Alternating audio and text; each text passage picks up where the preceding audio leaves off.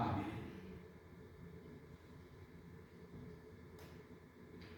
교회 소식을 드리겠습니다.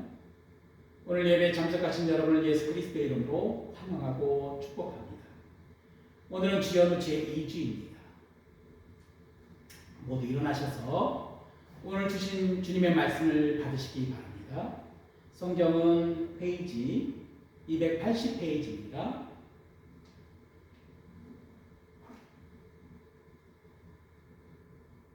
오늘 말씀은 고린도전서 1장 1절에서 9절의 말씀입니다.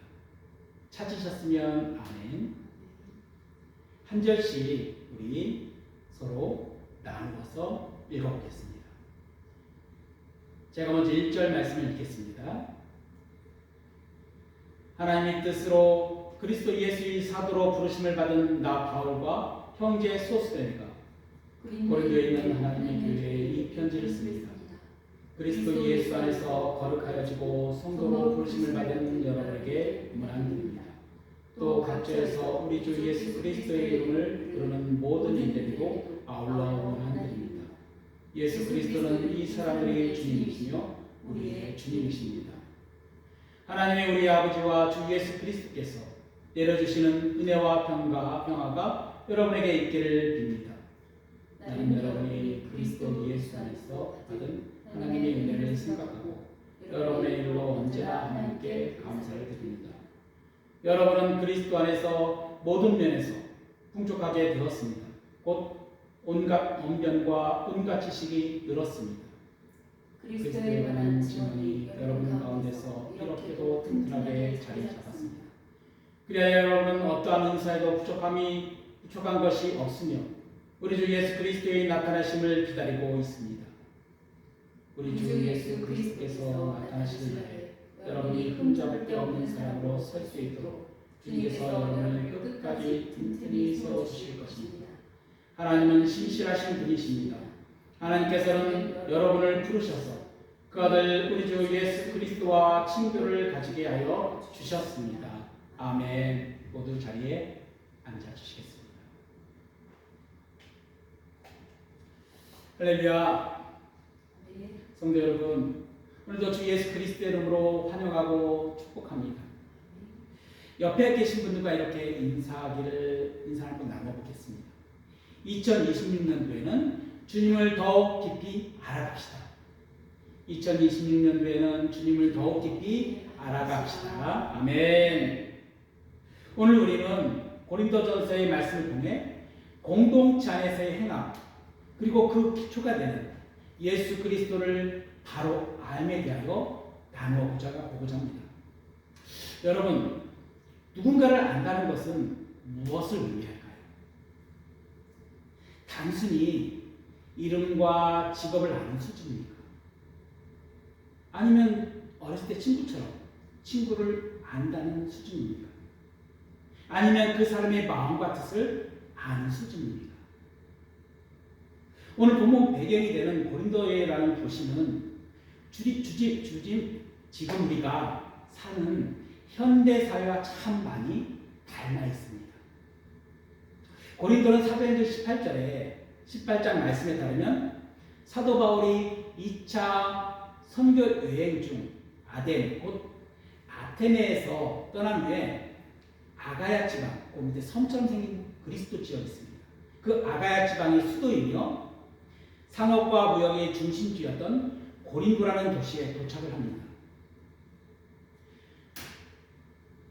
그는 그곳에서 도착해서 천막을 만드는 생업에 종사하면서 습관대로 먼저 유대교가 있는 회당에 찾아가서 그 안식일마다 그리스도의 십자가를 증언하다가 계속 그들이 거부함을 통해서 그 해당 옆에 있는 이방인의 가정으로 장소를 옮겨서 주로 이방인들을 대상으로 예수 그리스도의 십자가와 하나님 나라의 복음을 전합니다. 왜냐하면 하나님께서는 환상 중에 들려주셔서 이곳에 주님께 돌아오는 자가 많다라는 그 환상의 음성을 듣고 1년 6개월 동안 머물게 되죠. 그 1년 6개월 동안 머물면서 자비랑 성경, 곧 텐트 메이커로서 이 복음을 전하게 된 것입니다. 그런데 또한 고린도는 상업과 무역의 중심지였기에 물류이동이 많았고요. 이곳에는 부유한 상인이나 군인 또는 선원, 노예 등 각종 사람들이 모이면서 퇴폐적인 술집과 방탕으로 얼룩진 도시가 되었고, 또 여러 종교들이 곳곳에서 들어와 신전이 세워졌던 우상 숭배가 극치를 이루는 도시였습니다. 한마디로 신약 시대의 고린도는 물질적으로 부유하고 문화적으로도 개방적이었으며 종교적으로는 다원적이었고 도덕적으로는 문란했던 도성으로 현재 우리들이 살고 있는 도시 사회와 가장 많은 특징들을 공유하고 있다고 생각이 드는 도시였습니다. 이처럼 고린도는 아가야 지방의 수도이자 상업과 무역의 요충지였습니다. 이 북쪽과 남쪽을 잇는 문화가 있어서 물류가 넘쳐났고 돈이 돌았습니다. 돈이 모이는 곳에는 늘 그렇듯 화려한 문화와 함께 타락한 문, 그리고 온갖 구성들이 뒤섞이게 있었던 것이죠. 이런 사회적, 문화적, 종교적 상황 속에서 세워진 것이 고린도 교회입니다. 하지만 안타깝게도 이 교회는 세상의 화려함을 닮아버린 탓인지 분열과 갈등으로 몸살을 앓고 있었습니다. 오늘 우리는 이 고린도 교회의 문제점을 들여다보며 우리 안에 있는 올바른 믿음에 대하여 한번 점검해 보기를 원합니다. 고린도 교회는 4개의 파당이 있었습니다. 이는 각자의 지식과 생각에 따라서 그 방식에 따라서 첫 번째 바울파는 고린도에 처음으로 교회를 개척했던 바울을 추종하는 것이 당연하다고 생각하는 사람들의 부류가 있었습니다. 예수님의 수제자, 곧 게바, 유대인 그리스도인들로 구성된 무리인 베드로를 추종하는 무리들도 있었습니다. 또한 알렉산드리아 출신으로 구약의 말씀에 능통하였고 지식이 많았으며 언변도 잘하였고 헬라 철학에도 능통했던 아볼로라는 사람이 있었는데 후임 목회자였었죠. 그 후임 목회자인 아볼로를 수용하는 아볼로파 무리들도 있었습니다. 그리고 또한 그리스도파는 서로 각자가 자신들을 그리스도로 올바로 믿고 따르고 있다고 생각하였기에 그리스도파라고 주장을 하였습니다. 한번 현대교회를 예를 들면 바울파는 개척교회라는 멤버의 자부심을 갖고 있었습니다. 아볼로파는 세련된 수사학과 지적인 설교를 선호했습니다. 그리고 역사적인 정통이 있는 교회처럼 개바파는 교회의 전통성을 강조하였죠. 그리스도파는 말로는 우리는 주님, 오직 주님뿐이라고 했지만 사실상 다른 그 사람들을 비판하고 자기에 빠져있던 사람들이었습니다. 왜 이런 분열들이 일어났을까요? 그들은 모두 예수님을 안다라고 말했습니다. 하지만 그들의 알은 파편화된 지식이었고 자신의 취향에 맞춘 마음이었습니다. 여기에 대해 교회 안에서는 세상 사람들도 부끄러워할 음란함이 들어왔고 성도들 간의 분쟁을 세상 법정으로 가져가는 일들이 비일비재하였습니다. 또한 은사를 자랑하며 남을 무시하고 성만찬의 습주와 쫓아 부자들은 가난한 자들을 차별했죠. 여러분, 이것이 남의 일입니까? 오늘날 한국교회의 모습은 어떻습니까? 사단은 우리를 무너뜨릴 때 한 방으로 공격하지는 않습니다. 여러분, 끓는 물 속에 개구리라는 이야기를 아실 겁니다. 처음에는 뜨거운 물에 넣으면 튀어오르지만 미지근한 물에 넣고 서서히 온도를 높이면 개구리는 자기가 죽어가는지를 모른 채 삶아집니다. 과학적인 근거는 아닙니다.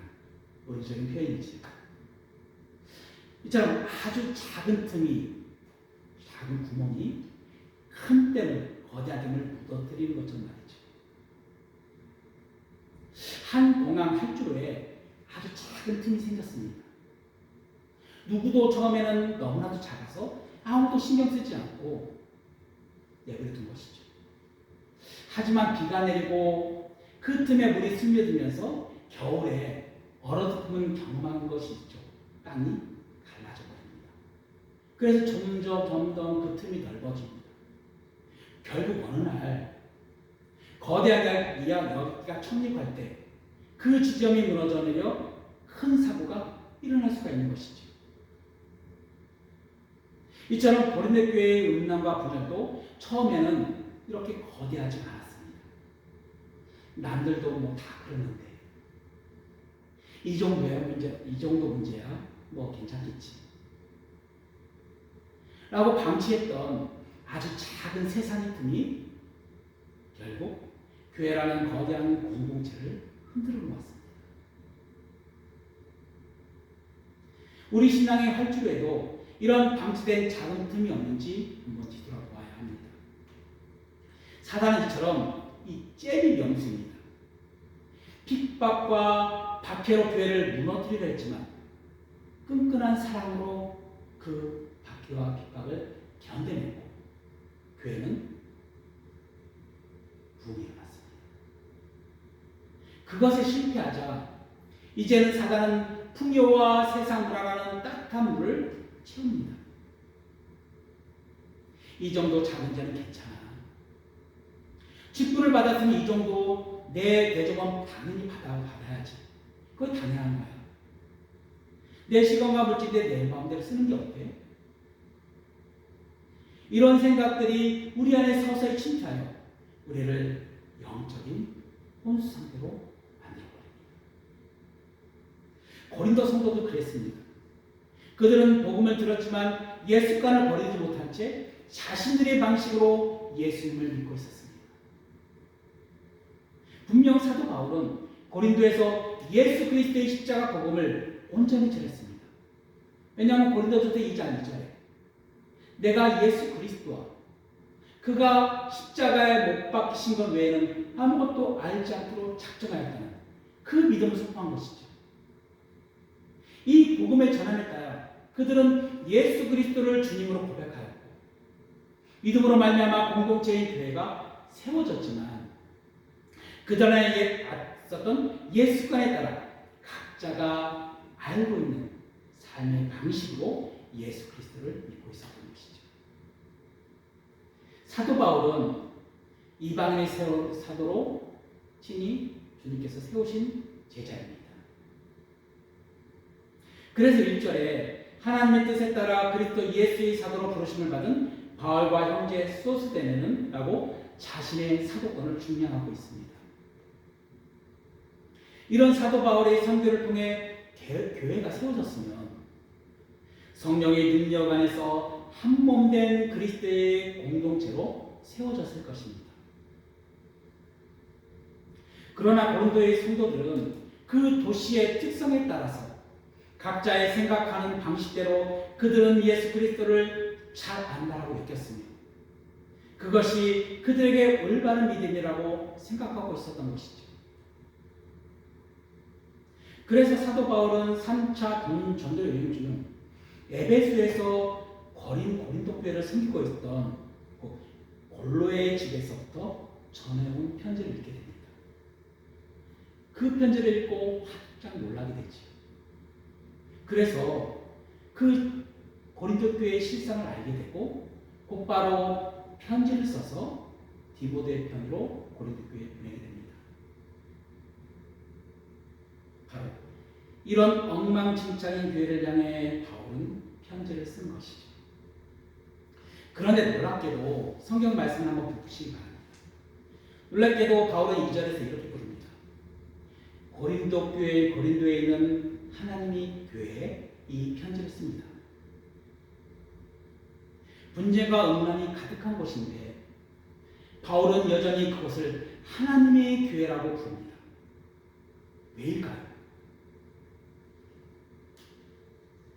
교회는 이 주인은 사람이 아니라 하나님이시기 때문입니다. 예수님께서는 가이사랴 빌립보에서 베드로의 고백, 주는 그리스도시요 하나님이 아들이신다는 이 고백 속에 내가 내 교회를 세울 것이다 라고 말씀하셨죠.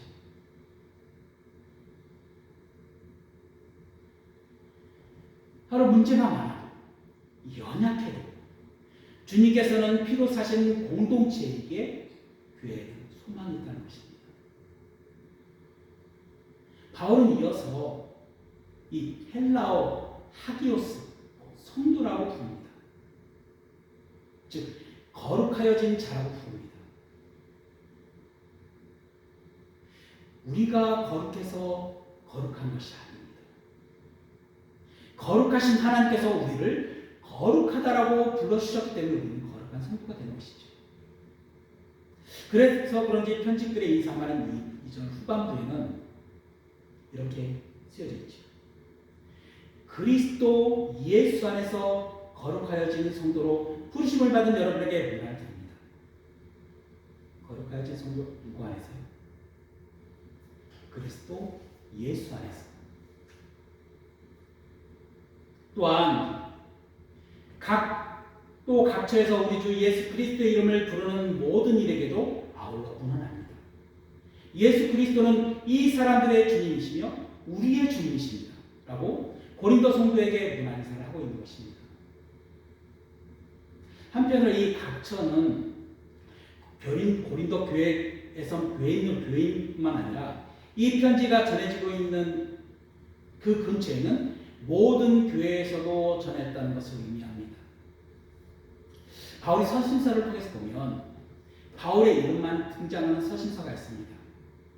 이것은 그 교회에서도 그 교회에서만 열람을 하고 읽혀졌다고 의미합니다. 그런데 다른 제자의 이름과 같이 기록되어 있다면 그 교회뿐만 아니라 모든 교회에게 회신하여 서신서를 읽게 하였다는 것을 유추할 수가 있습니다.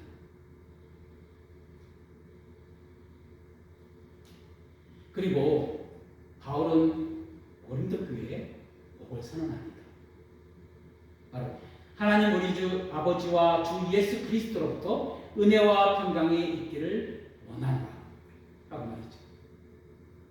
여기에서 중요한 것은 뭐뭐로부터입니다. 바로 하나님 우리 아버지와 주 예수 그리스도로부터 은혜와 평강이 있는다는 것이죠. 그것은 이 은혜는 그리스도 안에서 나타나는 하나님의 구원의 행위를 모두 포괄적으로 가리키는 말입니다. 그리고 이 평강은 예수 그리스도께서 평강을 모아놓으셨죠. 그러므로 인간의 온 존재가 하나님의 은혜로부터 구원의 혜택에 참여하였음을 또한 의미합니다.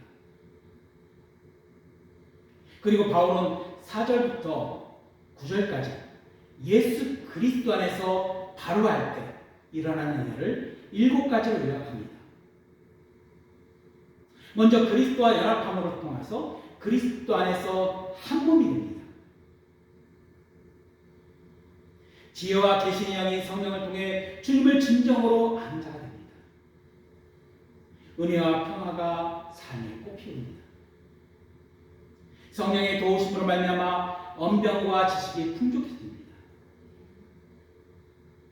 주님의 뜻을 온전히 이루기 위해 교회 공동체 안에서는 은사가 부족함이 없이 나타납니다. 세상을 이기신 주님 안에서 세상 끝날까지 흠잡을 데 없이 튼튼한 믿음으로 세워가십니다. 하나님과의 기쁜 친교, 코이노니아 속으로 들어갑니다. 이 모든 축복의 핵심은 예수 그리스도 안에서 또한 예수님과의 관계에 있습니다. 지식적으로만 아는 것이 아니라 그분과 날마다 동행하며 그분의 성품을 닮아가는 삶. 그것이 바로 바울이 말하고 있는 진정한 믿음의 모습이죠. 그러면 어떻게 해야지 예수 그리스도를 바로 알게 될까요? 성경에서 이 안다라는 단어에는 2가지 의미가 담고 있습니다. 히브리에서의 이 암은 히브리어로 야다라고 합니다. 이 단어가 처음 쓰인 것은 창세기에 아담과 하와가 동침하면서 이 동침을 야다로 쓰였습니다. 즉 부부가 삶을 공유하며 깊이 경험하는 것을 아는 인격적이고도 체험적인 암이라는 것이죠. 바로 눈빛만 봐도 안다는 것이죠. 마치 설탕의 맛을 아는 방법을 한 아이가 깨달았던 것처럼 말이죠. 한 아이가 엄마에게 물어봅니다. 엄마, 설탕이 얼마나 달아요? 그때 엄마는 설탕의 화학 구조와 칼로리, 당도 수치를 복잡하게 설명해 줍니다. 아이는 고개를 갸우뚱거리며 이해하지 못했습니다. 그러자 엄마는 빙그레 웃으며 아이의 입에 설탕을 한 수저를 떠서 아이에게 직접 넣어줍니다.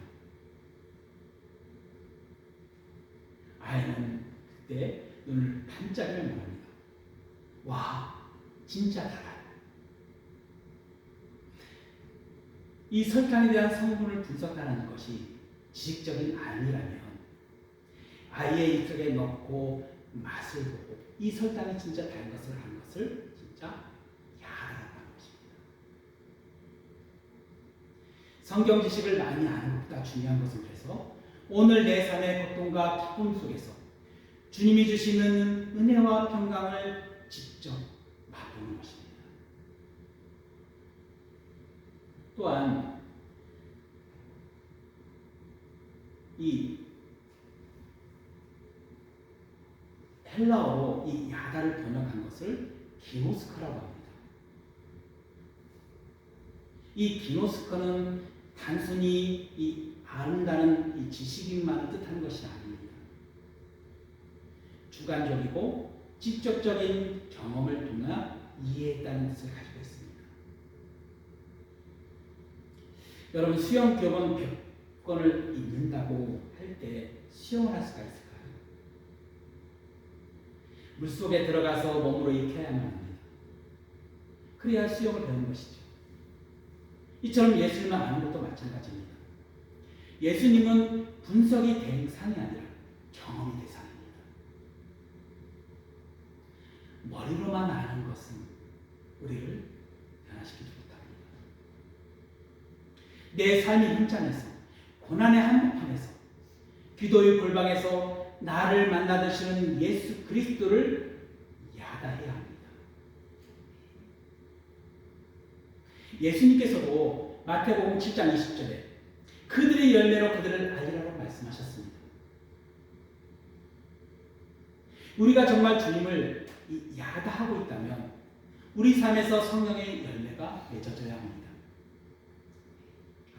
사랑과 희락과 화평과 오래 참음과 자비와 양성과 충성과 온유와 절제, 이 같은 것에서 금자복은 없다는 것이죠. 이 열매는 내 의지대로 맺어지는 것이 아닙니다. 포도나무이신 예수님께 딱 붙어있을 때 그분을 알게 되고 그분의 생명이 내 안에 흐를 때 자연스럽게 맺어지는 것입니다. 갈라디아 5장 24절 말씀 이렇게 말합니다. 그리스도 예수의 사람들은 육체와 함께 그 정욕과 탄심을 십자가에 못 박았느니라. 정말 주님을 아는 사람은 내 욕심과 내 주장을 앞세우지 않습니다. 대신 내 안에 계신 성령님의 음성에 귀를 기울이며 그분의 지시와 간섭을 기쁘게 받아들입니다. 마치 가시나무에 붙여진 장미처럼 말이죠. 볼품없고 날카로운 가시만 돋은 야생 가시나무가 있었습니다. 그런데 원해사가 그 가시나무의 줄기를 자르고 향기로운 장미 가지를 접붙입니다. 시간이 흐르자 뿌리는 가시나무였지만 그 줄기 끝에서는 아름다운 장미꽃이 피어나고 진한 향기가 배어나왔습니다.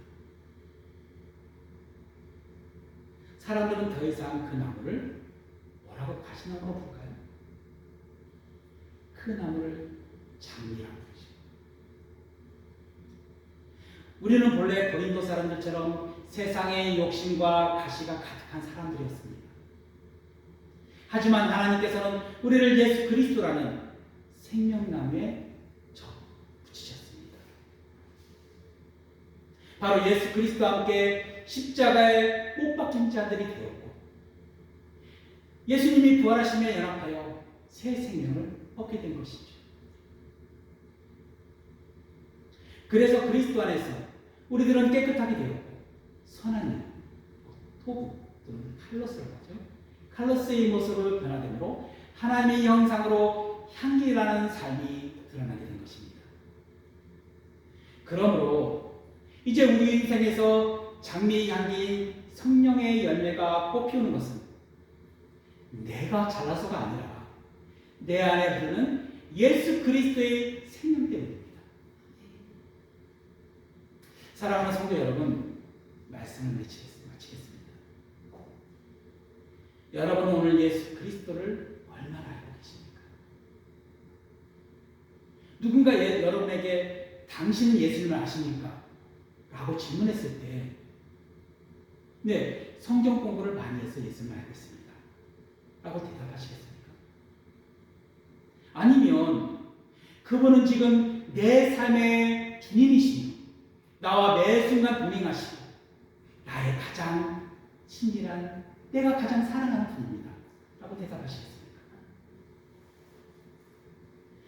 고린도 교회의 문제는 지식의 부족함이 아니었습니다. 관계의 왜곡이었습니다. 그들은 똑똑했지만 사랑이 없었습니다. 그래서 고린도전서 13장에 사랑장이 있는 것이죠. 은사는 많았지만 주인이 없었습니다. 우리가 주님을 눈으로 직접 배울 때 그 마지막 때를 한번 상상해 보시기 바랍니다. 그때 우리가 주님 앞에서 말씀 많이 들었습니다라고 고백하시겠습니까?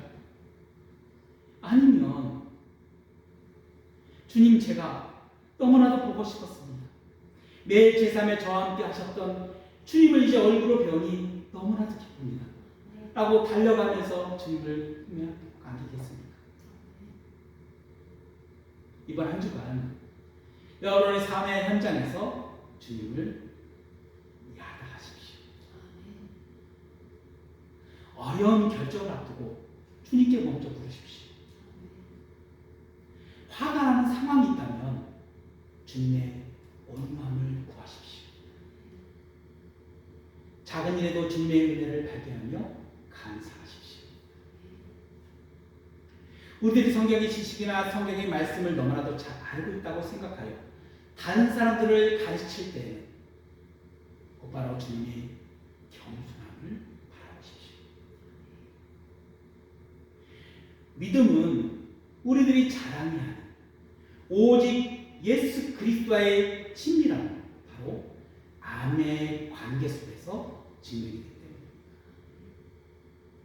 그때 비로소 우리들의 믿음은 관념이 아니라 실제가 될 것이며 우리 공동체는 그리스도의 온전한 믿음 안에서 세워질 것입니다. 예수 그리스도를 바로 안으로 삶의 모든 영역에서 성령의 열매를 맺는 저와 여러분이 되시길 예수 그리스도의 이름으로 축원합니다. 기도하겠습니다. 사랑의 하나님, 오늘도 고린도 교회의 모습을 통해 우리 자신의 믿음을 돌아보게 하시니 감사합니다. 지식으로는 주님을 안다 하지만 실제 삶에서는 내가 주인 되었던 살았던 이 불신앙을 주님 앞에 빼게 합니다. 이제는 머리로만 하는 신앙은 주님과 깊이 교제하며 경험적으로 알아가는 야다의 신앙을 갖게 하옵소서. 우리 삶의 모든 현장에서 성령의 열매가 맺어지게 하시고 오직 예수 그리스도만이 우리의 공동체의 주인 되어 주시옵소서. 우리를 하기오스 거룩한 성도로 불러주신 예수 그리스도의 이름으로 기도드립니다.